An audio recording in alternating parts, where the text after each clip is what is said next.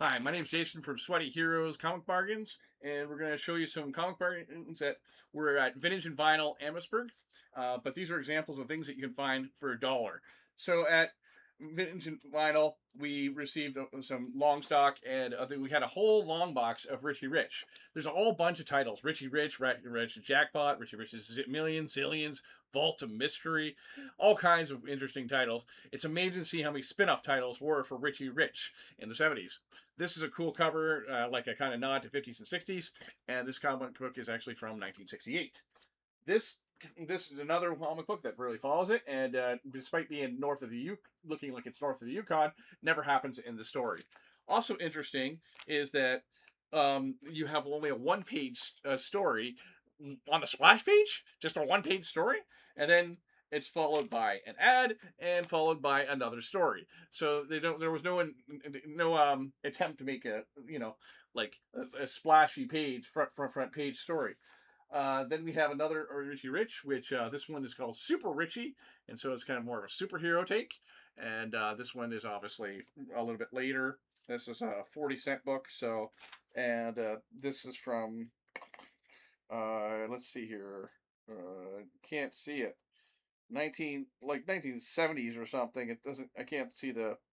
I can't see it right now. 76. That's where it is.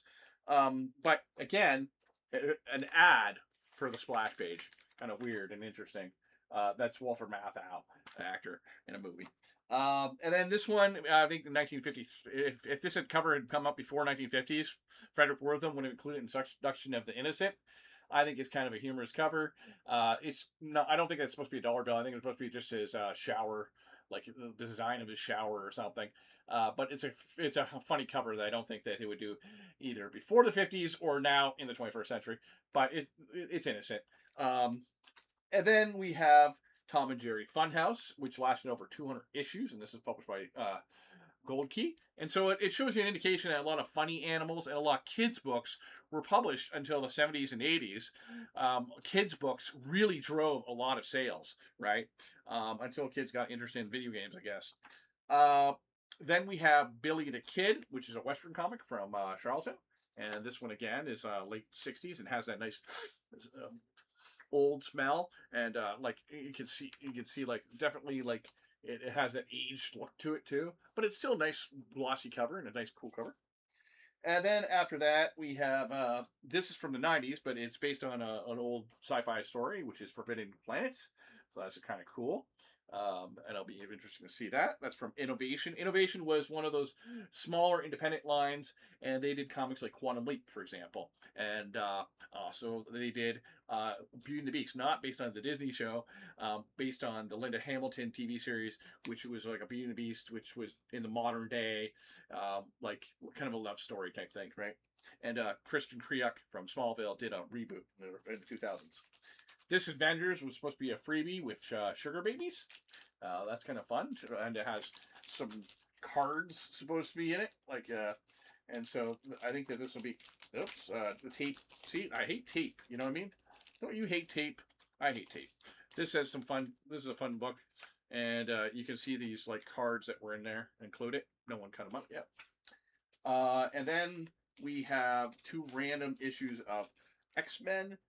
So one by Chuck Austin. Salvatore LaRocca is a great artist. So this is X-Men. This is the series that started off as X. So you had X-Men, which became Uncanny X-Men, the original series, and then you had X-Men, which started with Jim Lee and Chris Claremont doing that book. Jim Lee doing art, Chris Claremont writing it for the first 3 issues, and then after a while, X-Men becomes New X-Men, and this cover is a nod, obviously, to Terminator, the first Terminator movie. Grant Morrison is writing this. There's redesign of the costumes.